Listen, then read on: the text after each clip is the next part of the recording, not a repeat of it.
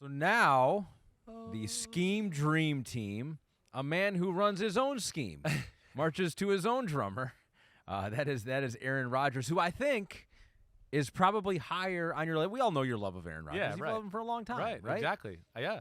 But he's not been the same the last couple years. Obviously, with the injured year, and then last year, maybe at the end of the year, started to turn it on. But he's higher than I would have thought he would be for you, even knowing your love of and as Pete said, he doesn't even have a job right now, and he is this high up in the Chris Simms pyramid. And maybe he won't have a job. I don't know. Maybe we'll see where this goes. As I said before, these were some of the pleasant surprises. It was better than I expected. Now, is it perfect? No. Oh, Aaron Rodgers, is he the guy that I used to sing about and go, oh my gosh, I don't know, he might be the greatest quarterback I've ever seen in my life, right? In his prime, I'd still argue it's might be the greatest I've ever seen. It's that special. He was about as capable of carrying a team by himself as I saw anybody ever, and could do it all ways. He's in the process of adjusting, but let's not get it messed up. My man can still throw the ball with the best of them. It's still a top 10 arm in the NFL, maybe even higher than that. It is. His release is still as quick as it gets in the league. His ability to pinpoint short to intermediate throws is still as good as anybody in football. And off of weird platforms, not being protected all that well with the New York Jets and all of that, right? And like what you said, when we got to the end of the year, it's like we got to November, and I feel like I was in his head. Like, he was like, man, Simms is saying I'm not throwing the ball down the field and hanging in the pocket. Simms is saying they're not going to go anywhere playing that way in the NFL. I better listen to Simms. I think that's what he was saying, legitimately, right? but that's what we saw at the end of the year, and I think what you're alluding to a little bit is we saw a little different guy than the last few years who I've poo-pooed a little, right? And I still don't know if it's perfect, but it's better, and it shows me there's hope, okay? Because the way he played at the end of Green Bay and then the Jets early in the year last year, you saw me in the viewing room, or we talked here on the podcast. Oh, 3-yard pass here. Oh, 3-yard pass here. Oh, check. I want to throw a 1-yard throw here. That's not doing shit. No team, no defense is scared of that in football. It's not enough pressure. And he changed that at the end of the year. And I think he also started to realize he changed in that, and this was part of why he dropped last year. I said, I don't think he knows how he's going to have to play yet. He's not going to be able to play the same way Aaron Rodgers used to play. He's going to have to readjust. Does he know how he's going to play? And I would say the first 7-8 weeks, he was still trying to be old Aaron Rodgers. I'm going to hop around and do this stuff. And I feel like at the end of the year, he started to go, I can't do that stuff anymore. I got to have a plan in my head. Am I going to throw the ball down the field? And if not, where am I going to get the ball out of my hands? But I'm not going to be able to hop around and avoid time and do a cartwheel and then throw a 30-yard laser like I did in my prime, right? And that was encouraging to me. That really was. So, yes, I'm hoping we've turned a corner here and going to Pittsburgh with the Arthur Smith offense, which is a little bit more aggressive throwing the ball down the field than what Aaron Rodgers has shown us and done. I hope that comes out on him. And if it does, then they could be dangerous in Pittsburgh and he can be dangerous. So we do have some video of him working out with new Pittsburgh Steelers wide receiver number 4, DK Metcalf. Yeah. So, I mean, it's not a done deal. Yeah, you would put the percent chance of this happening at, what, 90%? Yes, I would think. Because it's either this or what, retirement? I would think it's above that. I think the Steelers thought that he might show up here right around this time and minicamp.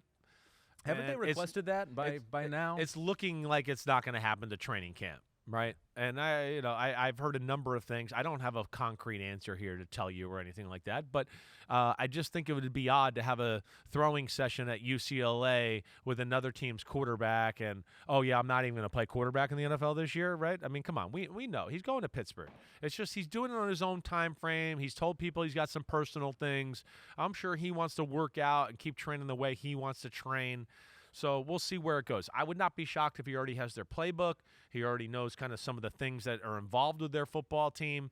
And if you listen to anybody that's ever been around him, they will tell you that he is arguably the smartest guy they've ever been around. Really? Right? Ask Jason Garrett the next time you see him in the building. Okay. Ask him about his Pro Bowl story, right? His Pro Bowl story, he's coaching Aaron Rodgers in his prime. He's It's the first day of practice. He starts calling a play, and Rodgers is walking away. He won't finish it. And he's like, hey. And he's like, yeah, I know, blah, blah, blah, blah, blah. And he spits the play back. Jason Garrett was like, what? Like, damn. Like, and he said, like, the first part of practice, he was like, Aaron Rodgers is like, I've already coached him. He knew all the plays. He knew the rules. He was all over it, right? So that's what kind of brain you're dealing with, Aaron Rodgers. Yeah. And that can frustrate people and make people love him all at the same time.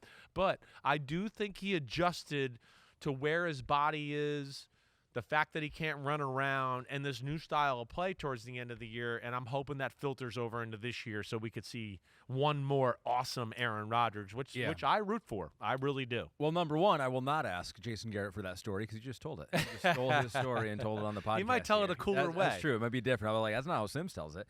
And number two, so we've already laid the block that contains Justin Fields, the New York Jets starting quarterback. That was quite some time ago, maybe a couple weeks ago. Yeah. You got Aaron Rodgers here. Of course, a lot goes into a new regime, and what Aaron Rodgers brings is not just quarterback, it's also a little bit of a circus. But in looking at the quarterback play and looking at the film again, did the Jets make the wrong call and letting Aaron Rodgers go? It's more than just play, right? Yeah. And that's like what you're saying. There's more about, hey, the future, what we're trying to install here. We're new coaches. We're a new GM. Do we want a coach do you want a quarterback coaching us and telling us how he wants things done and doing all that? And that's the impression we make to our team. Our first impression is, hey, we're here. We're all going to listen to the quarterback just like the last regime. Yeah. He's going to tell us all what to do and check to the offense and tell us who he wants to throw the football, and he wants to play his style. It's nothing like we want to play, but we're going to listen to him. That's where I think it wasn't the right situation. Yeah. The stars didn't align the right way. So I think they made the right choice by Justin Fields. Yes, but if it was only about quarterbacking play. I'm taking Aaron Rodgers. You're taking Aaron Definitely. Rodgers. There's too many things we've discussed with Justin Fields that we got to see get better. Whether it's the throwing, getting off of reads, going through reads better, all that type of stuff. It's just not where you want it to be yet. I don't have any of those questions with Aaron Rodgers. None of them at all. And Aaron Rodgers, the decision-making is still pretty good. It's a hair conservative. That's the only problem. But at the end of the year, when they were dangerous and fun to watch a little bit, it wasn't all that conservative. You take away the Bills game late in the year, that was the one stinker they laid. Everything else, in the month of December and all that was like, oh, damn, this is kind of fun. Rodgers is throwing lasers around the field. He's not just checking it down and throwing 2-yard routes. He's throwing howitzers and bombs, and that was what's cool. I mean, I don't know what his total numbers would have been from late November to December there, but I bet you they were pretty good and probably look different than any other stat number he's put up in the last 3 years as far as yards per attempt and completion, and maybe the completion percentage was lower, right, and stuff like that. Maybe an interception or two more because we're being aggressive and we're trying to win the game and not playing not to lose the game, right? That's where I was really encouraged with watching Rodgers. Well, this is what we know. If Aaron Rodgers plays for the Steelers, they will barely make the playoffs and be eliminated early on. If he does not play for the Steelers, they will barely make the playoffs and be eliminated early on. So it really that's what there's Steeler fans in the area, and I keep telling them all the time, right? Because they're like, "Oh, do we really want Rodgers? He's gonna mess up our locker room." I don't like that. Aaron Rodgers never messes up a locker room. This is like the Odell Beckham bullshit I hear all the time. Because I want to go, wait, I've been in every locker room Odell Beckham Jr.'s been in, and everybody loves him. But yet he's got a stigma because he said something about the Giants and Eli Manning. Mm-hmm. So nobody will ever get over that, right? And it's like, no, it's just not the case. He's the most loved guy on every team he was on, right? Aaron Rodgers, the Jets almost had a mutiny when they released him, the players. They loved him. Mm-hmm. They loved him.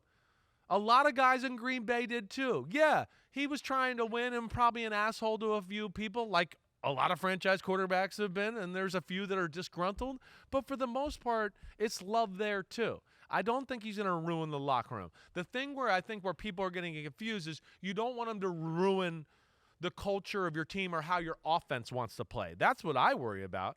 If we're the Steelers and we want to play this way, you got to, I always keep saying, Bruce Arians him. That's my new phrase. Because Bruce got Tom Brady to change. Tom Brady's last year in New England was not good. He didn't help them win one game. He was conservative. He did nothing. Right? That was part of the reason they let it go. They were like, he's not that special anymore. Bruce Arians got there, started making fun of him for not throwing the ball down the field and taking people that were wide open that would have won the game. Brady started to feel the heat. He's like, damn, he's talking to the media about it. He's talking to everybody in Tampa about it and talking crap about me. I better start stepping up. And that's where that's where you got to worry if you're a Steeler fan. But as I tell all the Steeler fans who come up to me and go, do I want him? I go, yes, you want him. You're not going anywhere with Mason Rudolph. I got mad respect for Mason Rudolph and how he's handled himself and his career and all that. But, yeah, maybe you get to the playoffs and lose in the first round. You get Aaron Rodgers, you got the potential to make some moves, make some waves in the playoffs, and that's where you should want him if you're a Steelers fan. Yo, homies, what's up? Thanks for watching Chris Simms Unbuttoned. And just because the weather's warm doesn't mean football ain't still on our brains right here. We are still working, so smash that subscribe button. We got all the training camp news, preseason news, everything up until kickoff night. Thanks for watching. And again, remember to hit that subscribe button. Peace out, homies.